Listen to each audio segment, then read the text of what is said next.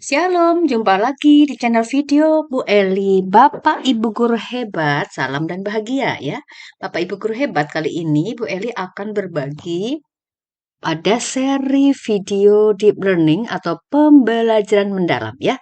Ini yang Bu Eli sampaikan ini sesuai atau berbasis pada penjelasan dari sumber kerangka Kemdikdasmen yang dirilis pada Januari 2025. Nah, Bapak Ibu guru hebat, terima kasih sudah subscribe, like, share, dan komen. Semoga channel ini semakin berkembang dan bermanfaat bagi para pengunjung yang membutuhkan konten-konten seperti ini ya. Baik, kita mulai Bapak Ibu guru hebat bahwa deep learning atau diterjemahkan dengan istilah PM, pembelajaran mendalam ya. Nah, ini adalah pendekatan pembelajaran yang dicetuskan ya, dicanangkan, diprogramkan oleh Kemdikdasmen yaitu di era pemerintahan yang baru ya, dan ini mungkin akan digong rame-rame itu di tahun ajaran 2025-2026 ya. Kalau sekarang kan kita baru baru mendengarkan informasinya, arahannya, kerangkanya dan seterusnya ya.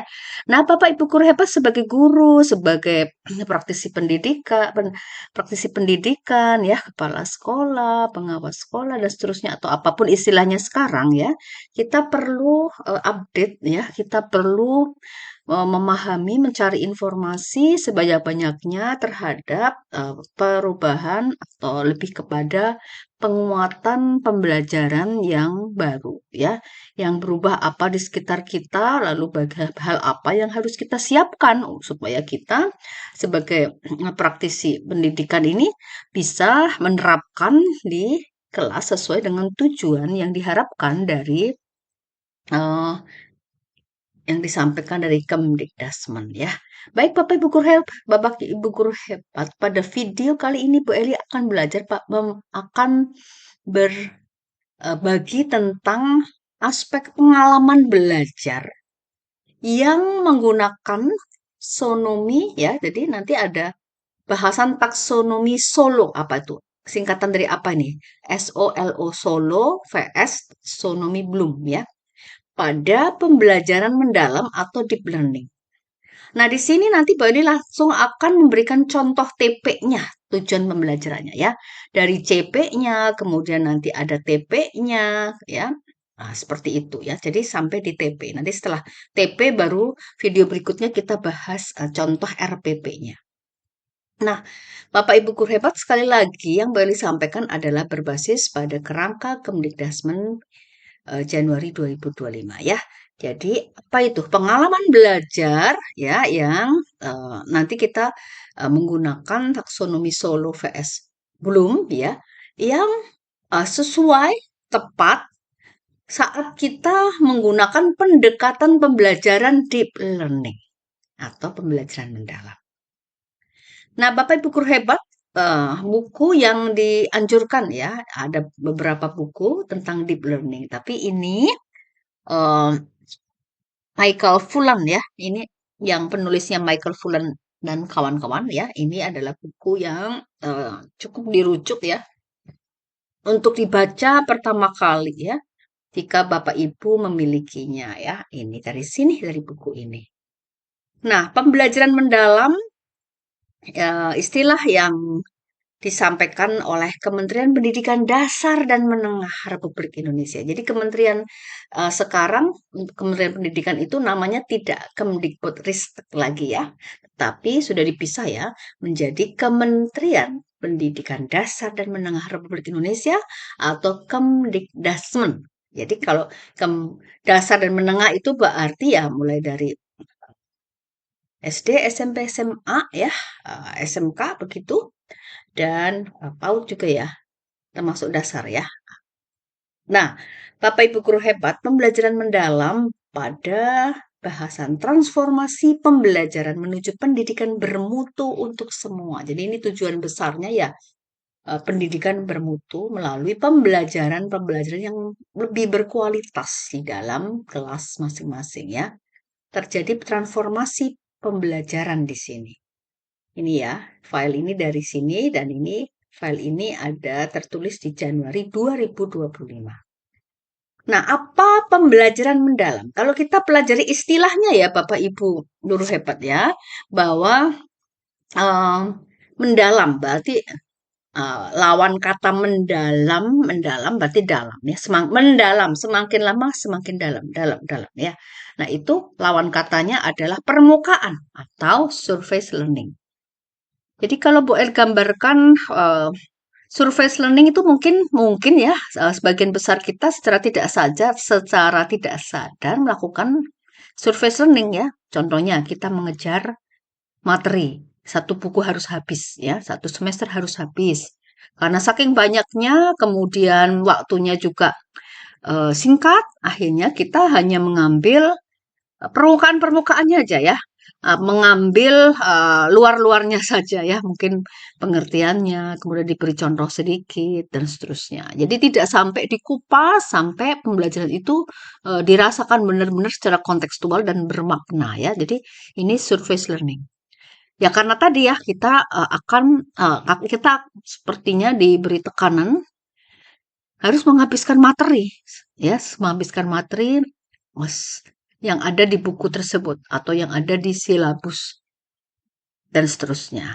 Nah, sekarang apa pembelajaran mendalam? Oleh karena itu untuk meningkatkan tujuan ini ya, tujuan dari peningkatan yang pendidikan bermutu untuk semua, meningkatkan kualitas pembelajaran, maka pembelajarannya harus mendalam.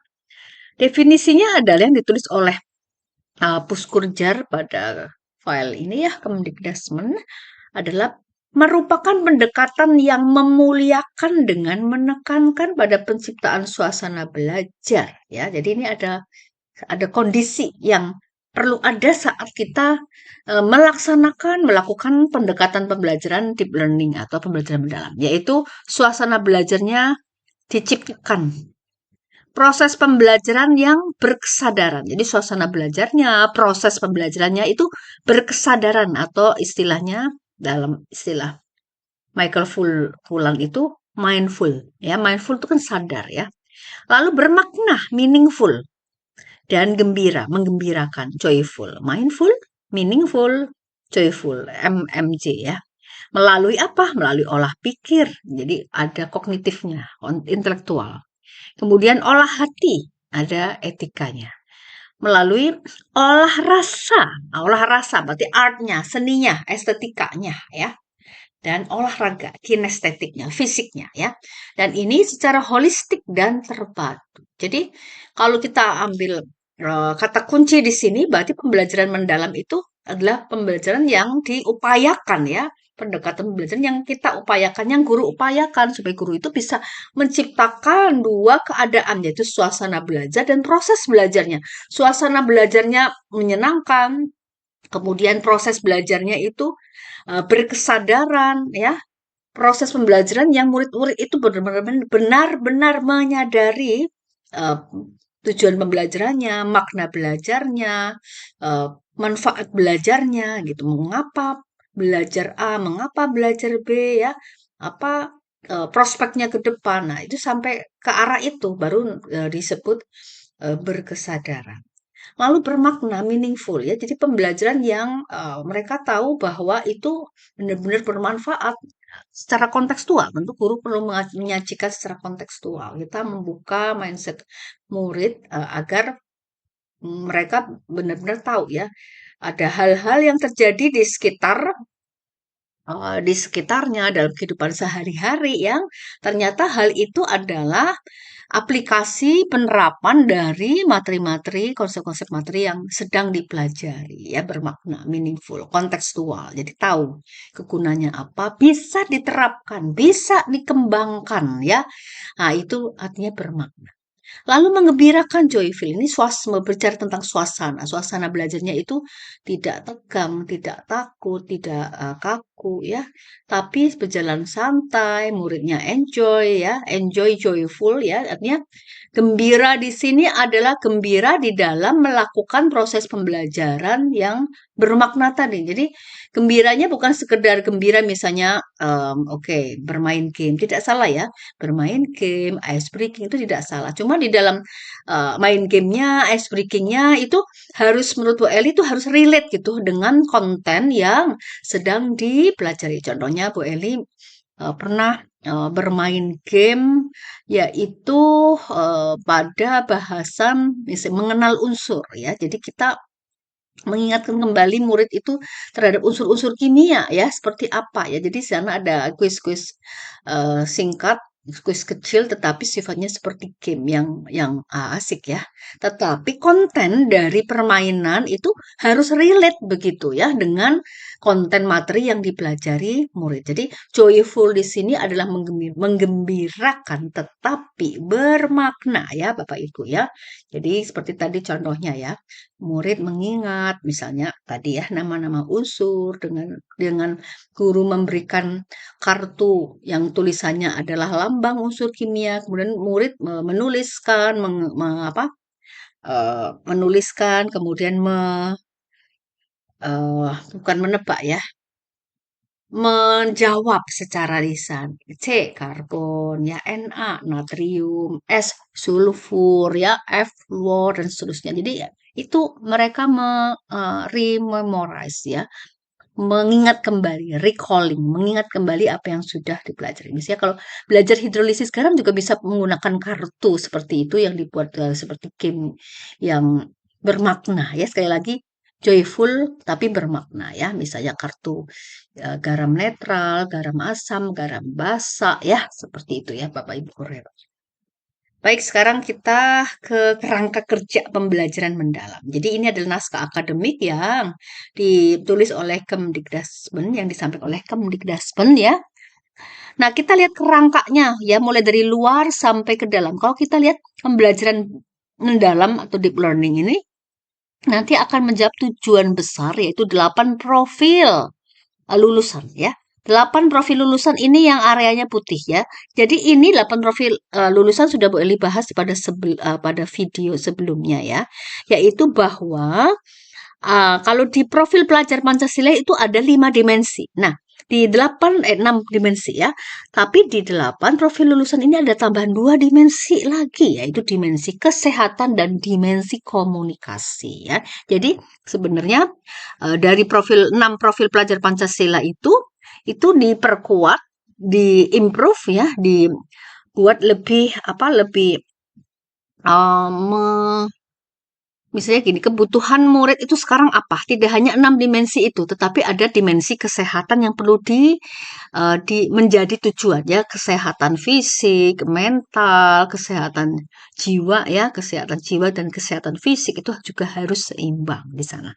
Lalu di sini ada komunikasi, dalam hal ini murid belajar berkomunikasi terhadap dirinya, intrapersonal, interpersonal ya, seperti itu ya Bapak Ibu guru hebat. Jadi tujuan besar dari pembelajaran bermakna atau deep learning itu nanti akan menjawab 8 profil 8 dimensi profil lulusan yang warnanya putih. Jadi ini adalah big goal-nya, tujuan akhirnya. Nah, untuk mencapai tujuan akhir ini, maka kita sebagai guru ya, itu melakukan pendekatan pembelajaran ya, yang namanya deep learning, yaitu pembelajaran yang memiliki 3 prinsip ya, komponen kita katakan ini bermakna, berkesadaran dulu ya, berkesadaran meaningful, bermakna dan menggembirakan yang joyful tadi ya. Jadi yang biru ya, yang biru ini adalah prinsip pembelajarannya yang terdiri dari 3 komponen ya tadi ya Bapak Ibu. Bapak Ibu, yang perlu ditekankan sekali lagi itu yang joyful. Jadi joyful ini tidak diberi penegasan ya, atau ditata kembali nih oleh Kemdikdasmen. Artinya tidak hanya ice breaking saja tanpa bermakna ya, tapi ice breaking-nya itu lebih kepada relate kepada apa yang dipelajari ya. terhadap materinya. Jadi murid-murid itu bisa ingat ya, misalnya Bu Eli menyanyikan lagu Alkana, Alkena, Alkuna itu dengan menggunakan liriknya lagu Pelangi-Pelangi ya. Itu kan sebetulnya bernyanyi seperti itu refreshing juga ya, anak jadi enjoy ya. Kemudian ice breaking juga ya, semacam ice breaking ringan. Tetapi apa yang mereka lakukan di dalam ice breaking itu adalah kontennya itu relate dengan materi yang sedang dipelajari. Nah, itu yang disebut dengan lebih ke arah joyful menurut deep learning. Nah, baik Bapak Ibu guru hebat, selain di dalam melaksanakan prinsip pembelajaran ini ya, maka di sini guru perlu menyajikan pengalaman belajar yang kuning nih ya. Pengalaman belajar dalam bentuk kata kerja operasional yang ditagih dari murid-murid itu nanti murid-murid itu mampu memahami, kemudian mampu tidak hanya memahami ya, nanti memahami tidak sampai di memahami selesai, tetapi bisa sampai mengaplikasi, menerapkan, lalu merefleksi. Ya, jadi ada 3M, memahami, urutannya ya, memahami, mengaplikasi, dan merefleksi. Jadi pengalaman belajarnya ini harus disuguhkan gitu oleh guru ya di dalam prinsip pembelajaran yang 3M ini ya. Nah, oleh karena itu inilah yang disebut dengan kerangka pembelajaran deep learning ya. Kerangka pembelajaran deep learning yaitu yang meliputi adanya lingkungan pembelajaran yang diciptakan oleh guru yang menjawab hal-hal yang ada di dalam ini. Lalu praktik pedagogisnya apa yang perlu dilakukan guru untuk menjawab atau melaksanakan dari apa yang di dalam ini? Lalu di sini ada kemitraan pembelajaran. Jadi pembelajaran itu tidak hanya guru sebagai satu-satunya narasumber, tetapi narasumber juga bisa guru bermitra gitu dengan ahli. Ya, misalnya kalau belajar biologi, guru juga boleh memanggil orang tua murid yang bersedia dan punya waktu untuk mengajarkan, yaitu orang tua murid yang dokter ya. Nah, kalau belajar akuntansi, guru juga bisa memanggil akunting untuk menjelaskan bla bla bla. Itu salah satu dari bentuk kemitraan pembelajaran di dalam menjawab pengalaman belajar, prinsip pembelajaran, dan akhirnya mencapai 8 dimensi profil lulusan ya. Lalu praktek pedagogisnya bagaimana? Lalu pemanfaatan digital ya. Jadi karena sekarang era digital, tentu kita tidak lepas dari sumber-sumber belajar yang sifatnya digital ya. Ya internet, menggunakan AI ya dan seterusnya. Ya ini kerangka besar dari atau kerangka kerja bagaimana guru menerapkan deep learning atau pembelajaran mendalam. Nah, pada video kali ini Bapak Ibu guru hebat yang Bu Eli bahas adalah pada satu sisi ya, satu sisi dulu, yaitu bagaimana guru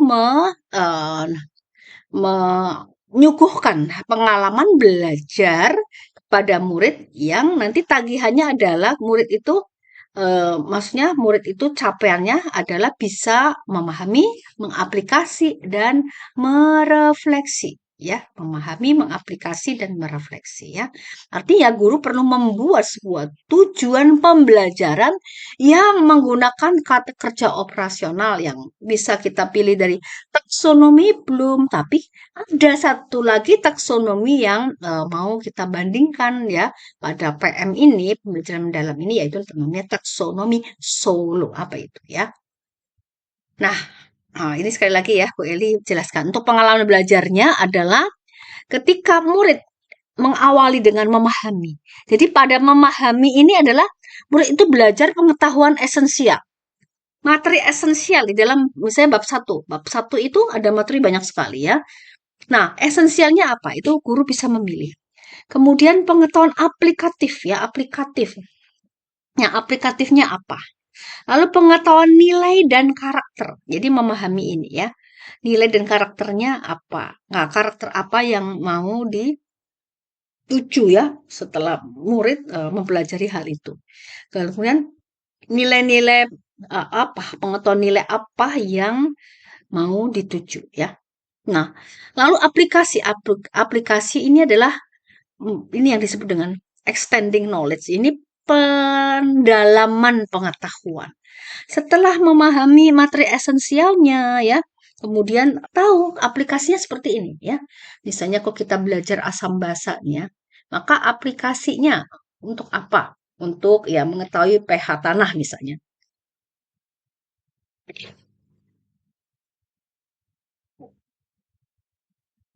Nah, pH tanah itu kalau asam, maka ada bunga-bunga tertentu yang warnanya makin cerah.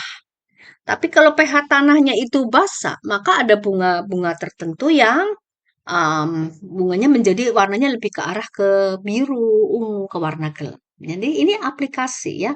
Tahu pengetahuannya memang seperti itu. Pengetahuan aplikasinya seperti itu. Nah, sekarang penerapannya gimana? Nah, ini penerapannya, pendalaman dari aplikasi tadi ya. Mungkin murid itu akan melakukan riset kecil ya. Jadi salah satu ciri dari deep learning itu adalah pembelajarannya itu mengajak murid, memfasilitasi murid untuk untuk melakukan riset-riset kecil yang menjawab menjawab pengetahuan aplikatif dan esensial ini ya, yaitu dengan ya tadi ya mengelaborasi lah bahasa itunya. Lebih kepada kalau Pelis lebih suka dengan kata elaborasi. Jadi murid itu mampu sampai mengelaborasi dari pengetahuannya itu baru kita sebut dia bisa mendalami proses belajarnya. Misalnya tadi ya. Jadi dia akan memberikan apa kepada kalau dia ingin bunganya berwarna lebih cerah misalnya pink, orange, yang warna-warni seperti itu, dia perlu memberikan apa kepada tanah atau pot bunganya ya yang sifatnya asam dan berapa kadarnya. Nah, itu seperti itu ya Bapak Ibu guru hebat ya untuk mengaplikasi. Kemudian setelah pembelajaran itu selesai, ya, ini lihat panahnya ke arah sini Bapak Ibu hebat. Ini merefleksi ya. Refleksi adalah bagian dari pembelajaran, jadi ini tidak bisa lepas begitu dari proses belajar. Jadi refleksi itu harus berjalan beriringan dalam proses belajar ya. Nah, refleksi pada pembelajaran mendalam atau deep learning ini ada diperkaya ya. Salah satunya adalah nanti murid itu juga bisa gitu melakukan self regulation. Jadi bisa merefleksi, self reflection. Bisa meregulasi diri sendiri ya. Jadi dia bisa mengatur dirinya sendiri. Jadi setelah melaksanakan misalnya eksperimen ini, belajar materi ini, menerapkan ini, maka saya harus bagaimana ya? Apa yang harus diperbaiki dari apa yang sudah saya lakukan? Apa yang masih belum pas ya, belum maksimal, apa yang perlu dikembangkan, kalau sudah baik apa yang perlu dikembangkan dan seterusnya. Jadi di sini pengalaman pembelajarannya itu makanya disebut deep, mendalam, makin lama makin dalam. Jadi seperti ini kompensasinya adalah mestinya materi yang dipelajari oleh murid ya tidak bisa sebanyak kalau pembelajaran itu di surface learning ya. Seperti itu Bapak Ibu hebat tentang ulasan pengalaman belajar ya. Ini di aspek pengalaman belajar yang Bu Eli sampaikan ya. Nah, ini juga sudah sama saja ya kalau mau kita baca ulang nih ya. Pengalaman belajar memahami pada tahap awal peserta didik untuk aktif mengkonstruksi pengetahuan inquiry ya, agar dapat memahami secara mendalam konsep atau materi dari berbagai sumber dan konteks. Jadi ini literasi, ini bicara tentang literasi juga ada di sini ya.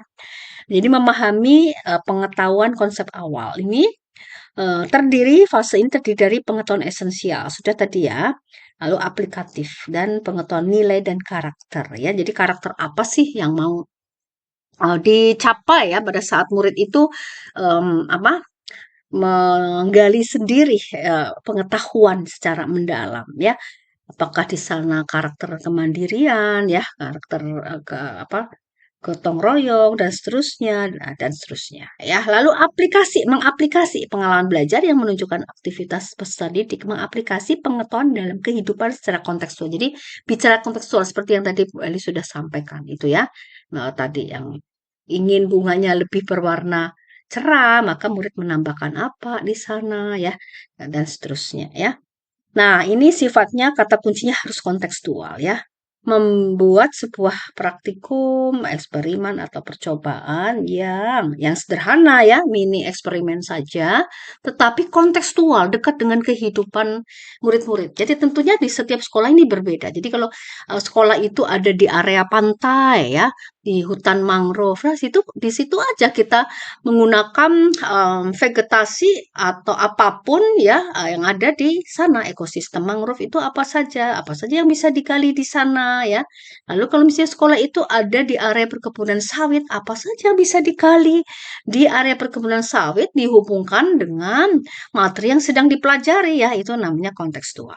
Nah, kemudian diakhiri dengan merefleksi ya, proses di mana peserta didik mengevaluasi dan memaknai proses serta hasil dari tindakan atau praktik nyata yang telah mereka lakukan. Nah, tahap refleksi melibatkan regulasi diri, self-regulation sebagai kemampuan individu untuk mengelola proses belajarnya secara mandiri. Jadi di sini ada karakter mandiri ya.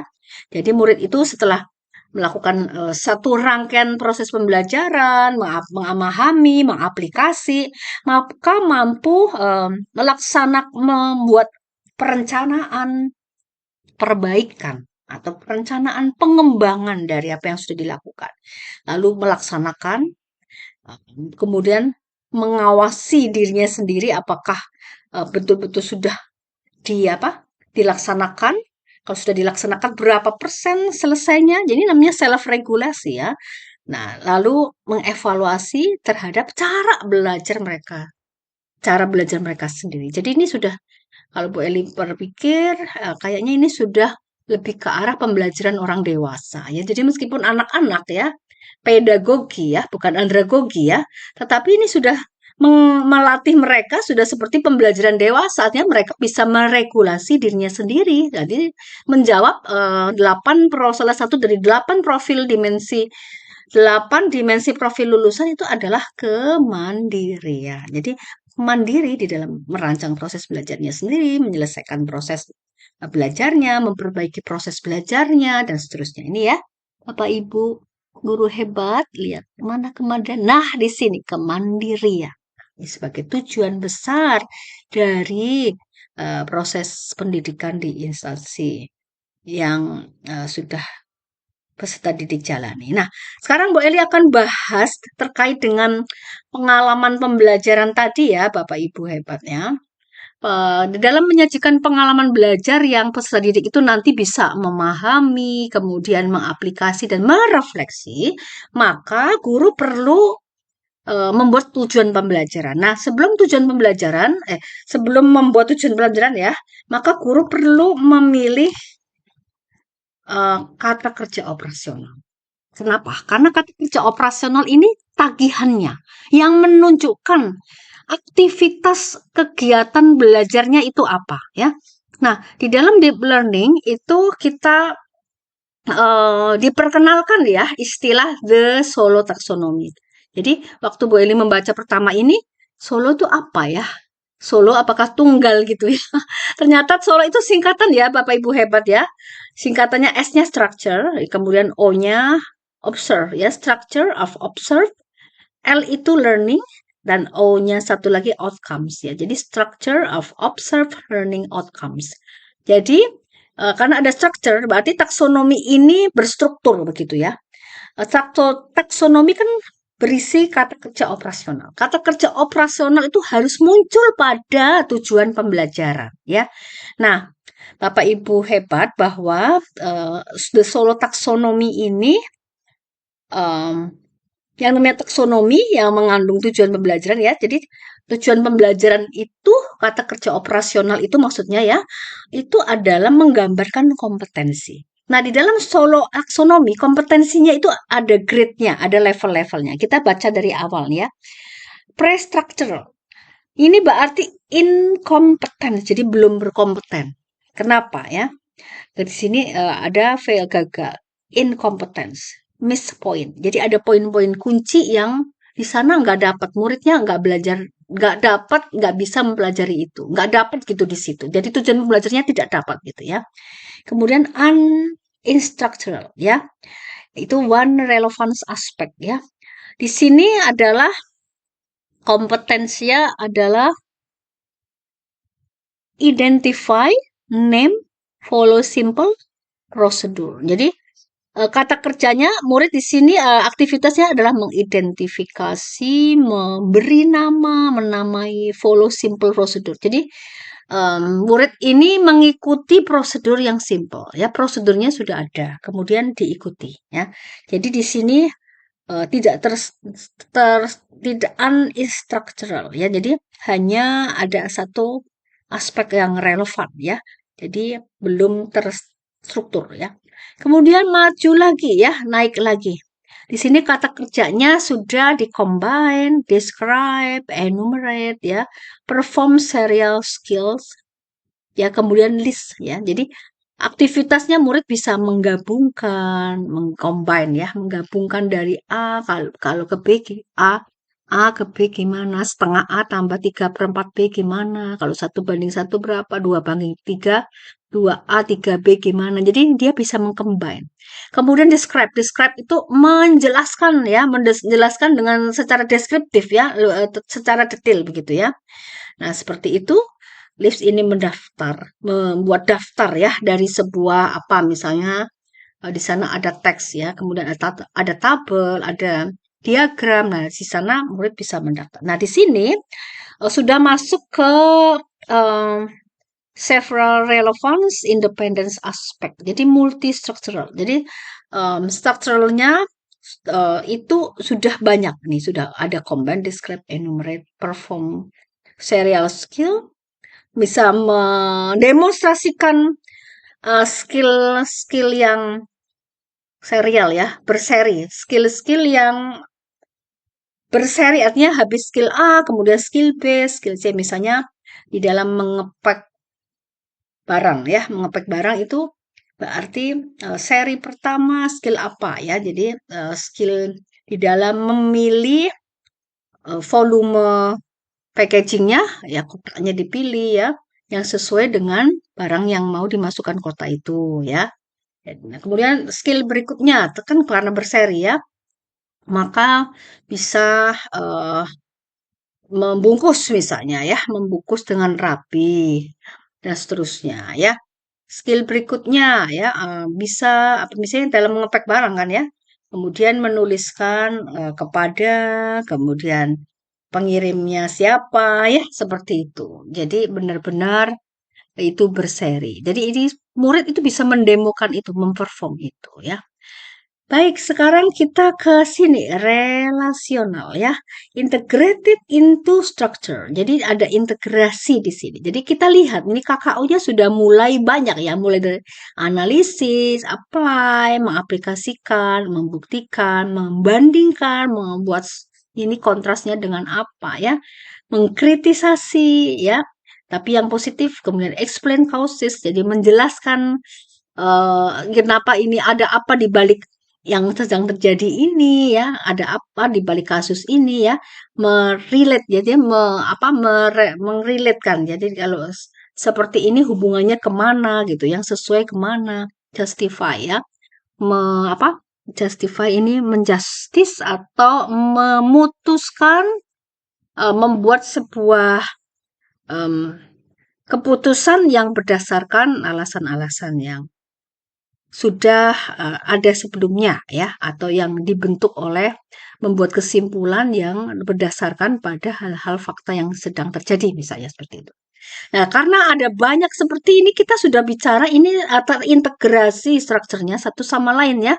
Sehingga di bagian inilah yang sudah mulai lebih relasional ini ya, lebih kepada pembelajaran deep learning. Jadi deep learningnya mulai dari sini ya Bapak Ibu hebat ya, mulai dari integrated into structure atau di relasional.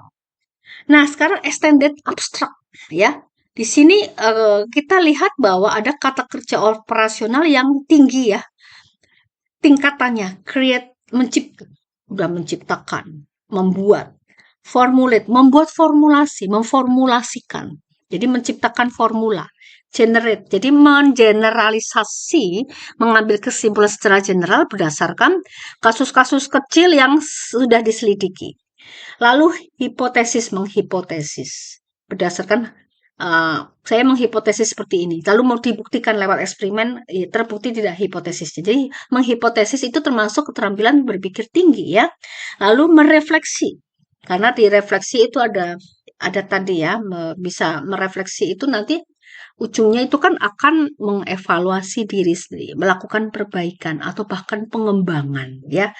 Dan teorize, jadi membuat sebuah teori, menteorikan sesuatu kasus atau bukti-bukti dari eksperimen yang sudah mereka lakukan. Oh, jadi saya mengambil kesimpulan teori yang saya sampaikan seperti ini. Ya, seperti itu ya. Jadi ini Bapak Ibu hebat. Dua ini yang Bu Eli lingkarin ini adalah kata kerja operasional. Iya, itu yang menggambarkan kompetensi yang mestinya ada di dalam pembelajaran deep learning ya. Jadi mulai dari relasional dan extended abstract. Um, jadi ini pada pembelajaran deep learning itu murid sudah mengarah ya kepada harapan bahwa mereka bisa berpikir metakognisi ya, berpikir abstrak, extended abstract seperti itu ya Bapak Ibu hebat. Baik, nah inilah solo taksonomi. Sekali lagi, pada pembelajaran mendalam maka yang harus ada tagihannya dalam bentuk aktivitas itu adalah pada dua bagian ini ya. Silakan dipilih mana kata kerja operasional yang nanti akan muncul pada tujuan pembelajaran. Baik, nah kalau kita bandingkan nih sekarang Bapak Ibu hebat, taksonomi solo dan Bloom dalam pembelajaran mendalam ya. Jadi tingkat pembelajarannya ini ya, unggul, cakap ya. Ini dari atas ke bawah, unggul, cakap, kemudian berkembang, dasar, ini belum berkembang, dasar, berkembang. Kemudian yang masuk deep learning yang ini Bapak Ibu hebat ya. Jadi tingkat pembelajarannya sudah harus cakap dan unggul. Ya, jadi kalau pembelajaran mendalam ini, kalau pembelajaran dasar atau surface ya yang ini yang kuning ini. Nah, sekarang taksonomi solonya.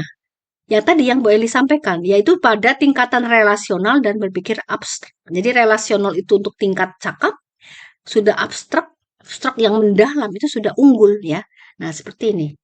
Yang ada di sini ya Bapak Ibu hebat ya. Ini ya dua ya, ini relasional dan ini extended. Nah, sementara ini belum. Ini belum deep learning yang ini ya. Oke. Nah, kemudian taksonomi belum. Nah, sekarang kita bandingkan ya Bapak Ibu hebat.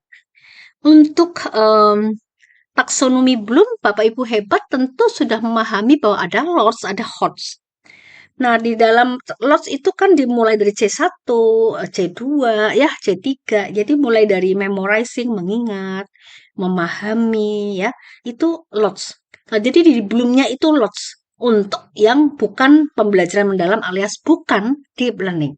Tetapi di taksonomi belum yang hots itu Bapak Ibu sudah masuk ke level C3 menerapkan ya. C4 udah analyzing, C4 analyzing ya. C3 itu menerapkan, C3 juga bisa dimasukkan ke sini ya. C3, C4, kemudian C5 itu create ya atau dan C6 itu evaluating. Jadi yang C56 itu masuk ke unggul, tingkat pembelajaran unggul. Sementara yang menerapkan, karena di dalam proses belajar itu harus ada pengalaman belajar yang mengaplikasi. Maka kata kerja Bloom yang taksonomi Bloom yang menerapkan di C3 itu dimasukkan ke dalam tingkat pembelajaran deep learning atau pembelajaran mendalam, yaitu pada level cakap ya. Jadi sekali lagi Bapak Ibu, untuk taksonomi Bloom kita ambil yang C3 menerapkan, C4 menganalisis, C5 mencipta ya, C6 mengevaluasi atau dibalik, C5 mengevaluasi, C6 mencipta ya. Ini belumnya ada di sini C3, 4, 5, 6. Sementara C1, 2 itu bukan deep learning. Nah, lalu kalau ini kita hubungkan dengan taksonomi solo, relasional itu yang C3, 4 di Bloom. Sementara yang abstrak mendalam itu adalah C5 dan 6 di Bloom ya. Nah, sekali lagi Bapak Ibu hebat ya.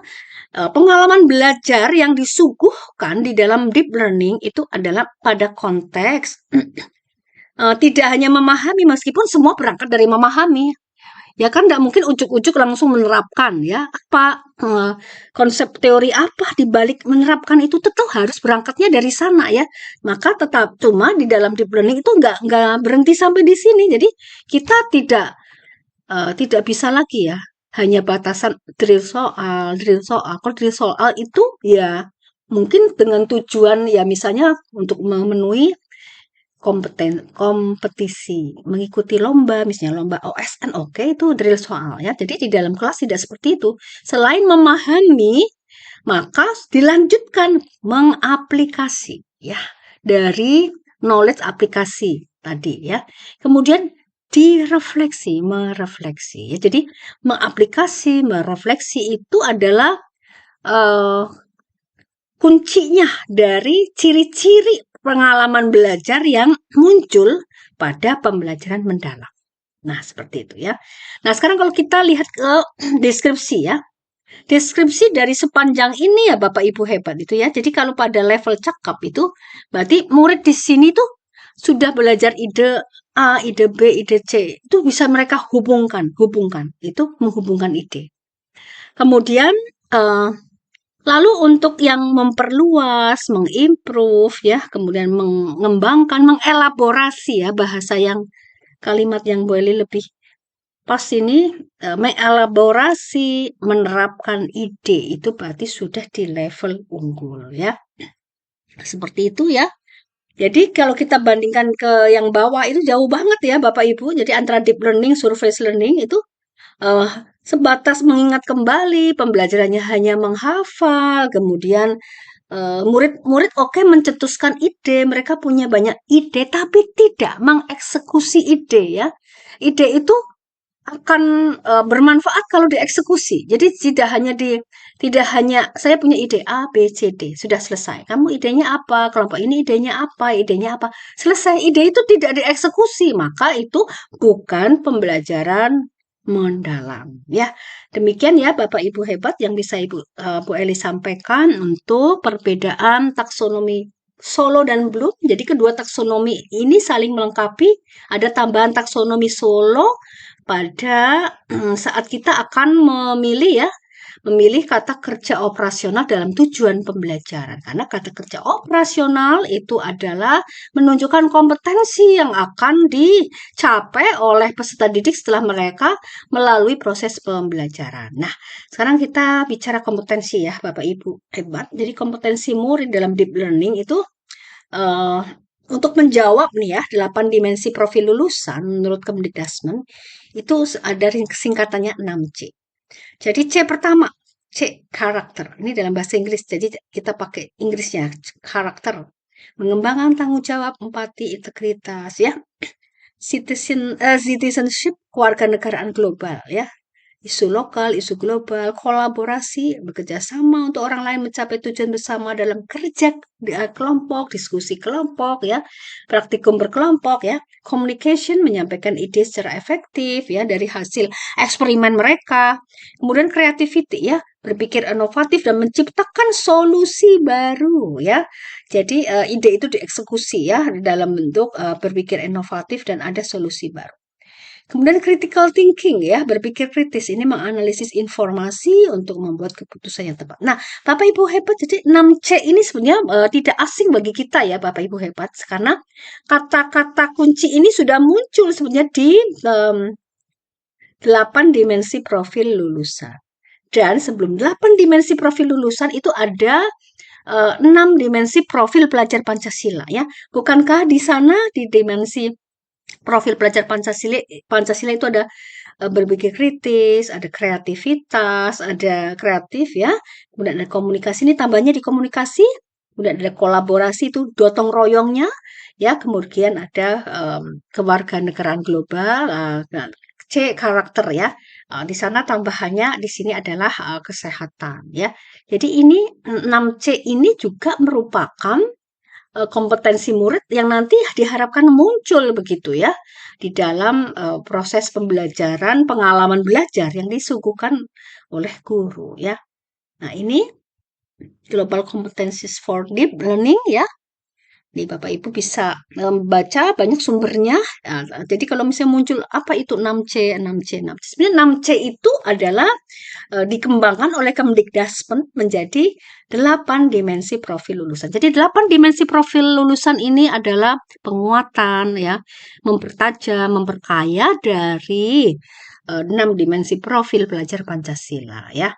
Baik Bapak Ibu hebat, sekarang Bu Eli akan memberikan contoh membuat TP ya. Membuat tujuan pembelajaran tentu berangkatnya dari CP. CP-nya di yang terbaru aja ya Bapak Ibu hebat. Kita menggunakan ini 032/2024. Nah, Bu Eli mulai dari fase C, ngasih contoh fase C untuk kelas tinggi ya, kelas 5 dan 6 SD. Ini ada mapel namanya IPAS. Bukan IPA, tapi IPAS. Kalau di SD itu IPAS. Di sini CP-nya begini. Ini CP potongan CP yang Bu Eli ambil biar sesuai TP ya. Pesdik memiliki kemampuan memahami hubungan antar komponen biotik dan biotik dan abiotik, biotik hidup, abiotik tidak hidup, serta pengaruhnya terhadap ekosistem. Ini CP yang tercantum di sini. Nah, lalu karena kita sebagai guru mau melakukan pembelajaran deep learning ya, mau deep learning, maka TP-nya apa? Maka kita harus memunculkan kata kerja operasional yang menggambarkan nanti muncul pengalaman belajar atau capaian dari kompetensi yang dicapai peserta didik. Jadi di sini Bu Eli membuat 2 TP. Satu, Pesdik menganalisis komponen biotik dan abiotik yang ada di lingkungan sekitar. Lingkungan sekitar di sekolah, di sekolah, di lingkungan sekolahnya, di rumahnya. Berarti ini kontekstual, ya.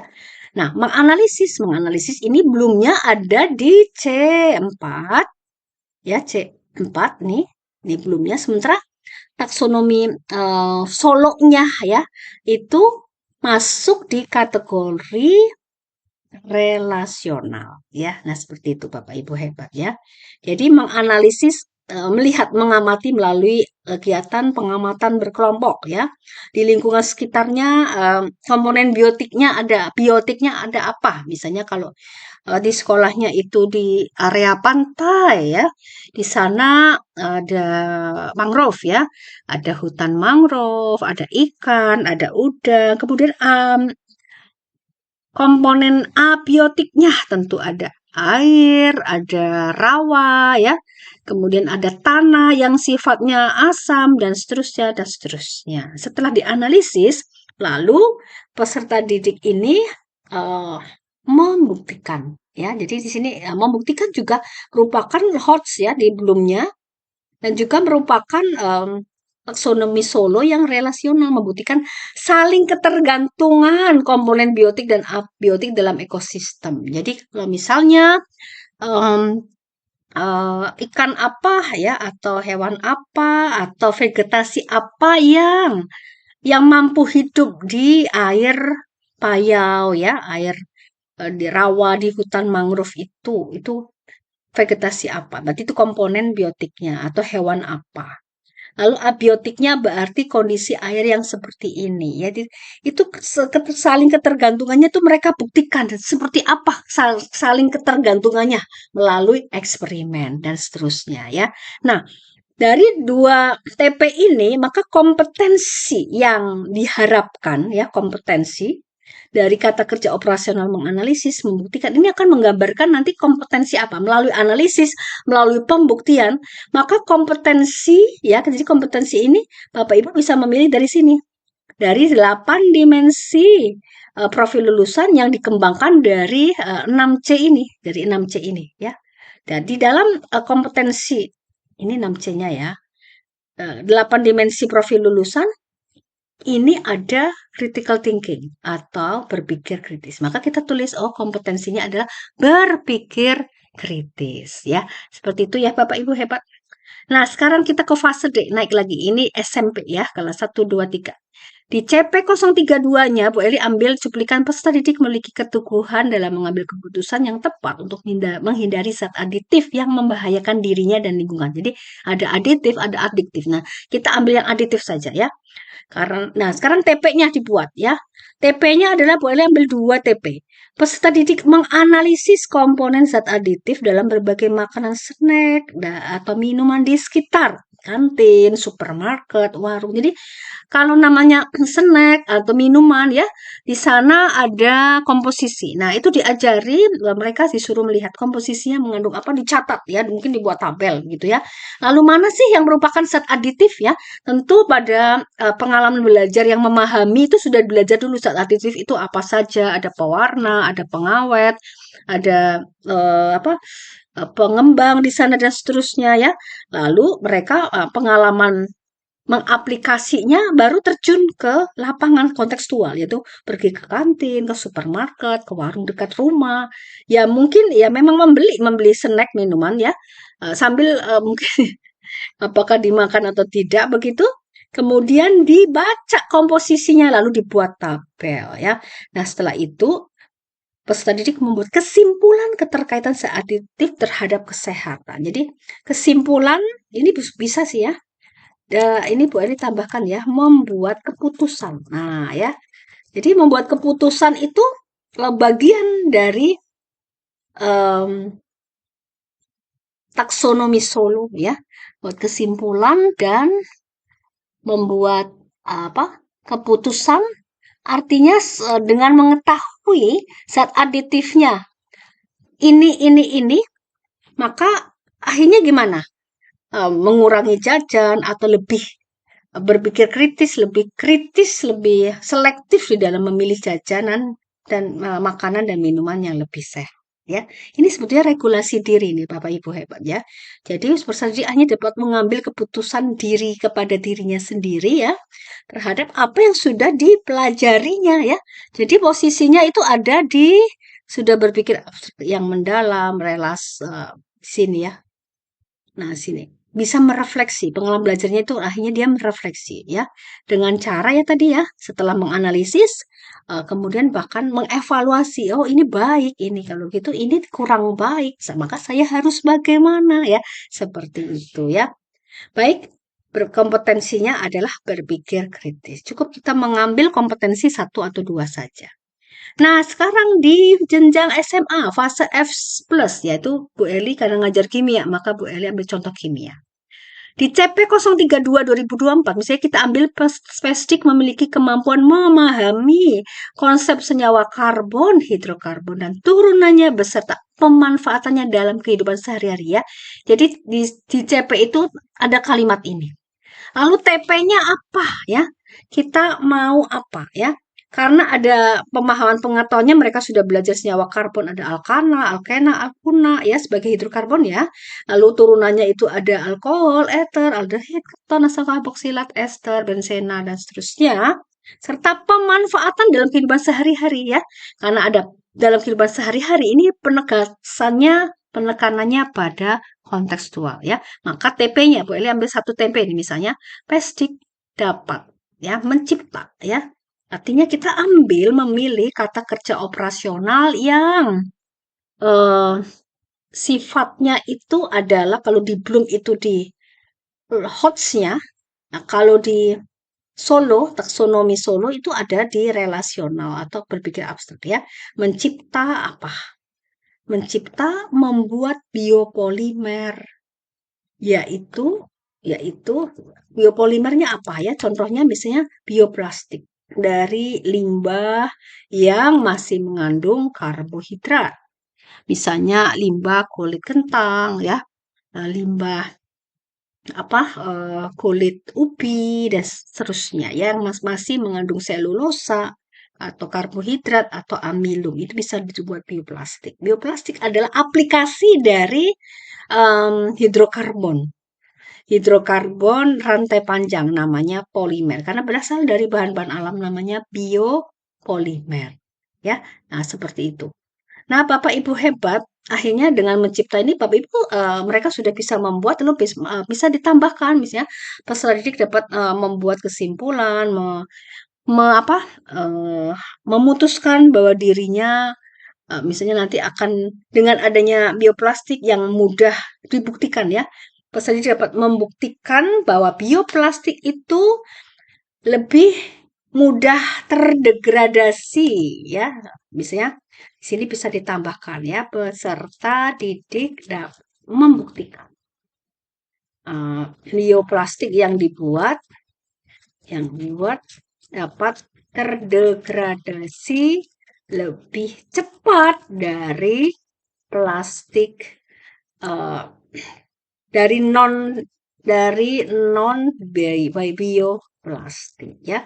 Nah, seperti ini Bapak Ibu ya, maka nanti peserta didiknya itu bisa mengambil keputusan bahwa ternyata benar ya penggunaan plastik itu nanti sebaiknya akan dikurangi atau mengurangi penggunaan plastik. Misalnya kalau jajan di kantin maka perlu membawa wadah dari rumah ya dan seterusnya ya. Jadi ini memunculkan kesadaran ya, kesadaran bahwa melalui eksperimen, hasil eksperimen, pengalaman belajar mengaplikasi ya, memahami kemudian mengaplikasi, maka muncullah merefleksi ya dan seterusnya ya. Kompetensinya di sini kreatif. Kenapa kreatif? Karena bioplastik yang dibuat oleh masing-masing kelompok itu pasti akan berbeda-beda. Dan ini sudah Bu Eli terapkan di sekolah Bu Eli, yaitu melalui proyek profil pelajar Pancasila 2 tahun lalu ya.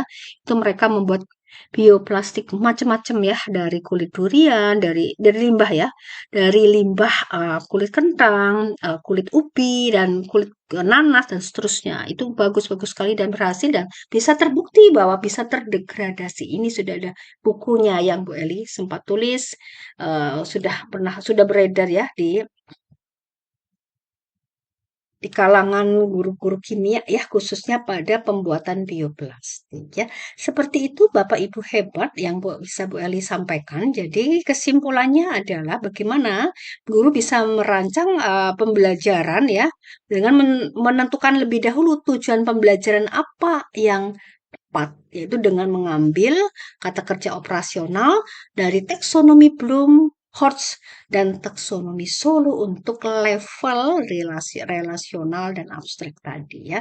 Jadi dengan membuat tujuan pembelajaran yang kata kerja operasionalnya sesuai ya, itu sudah mengarahkan kita ya menuju ke pembelajaran yang mendalam tadi. Jadi menuju kepada pendekatan pembelajaran pengalaman. Jadi pendekatan pembelajaran mendalam itu suasana belajarnya, proses belajarnya itu harus dirancang oleh guru melalui pengalaman belajar yang 3 tadi ya. Pengalaman pembelajaran yaitu mulai dari memahami, mengaplikasi, dan merefleksi ya. Seperti ini Bapak Ibu hebat tentunya dalam merancang pengalaman belajar ini, maka kita harus paham dulu dan bisa memilih kata kerja operasionalnya yang diambil dari taksonomi Bloom serta ada tambahan taksonomi Solo, yaitu di dalam konteks pembelajaran mendalam atau deep learning. Ya, baik. Terima kasih sudah menonton video ini. Bapak Ibu hebat, silakan di-share. Semoga menambah wawasan dan penguatan di dalam nanti ya merancang RPP di model pendekatan pembelajaran yang deep learning itu seperti apa berdasarkan tujuan pembelajaran yang sudah Bu Eli buat ini. Ini ada 3 contoh ya tadi ya. Nah, ini satu fase C, D, dan F ya. Nanti Bu Eli buatkan RPP-nya pada video berikutnya. Baik, terima kasih. Tuhan berkati. Amin. Salam dan bahagia.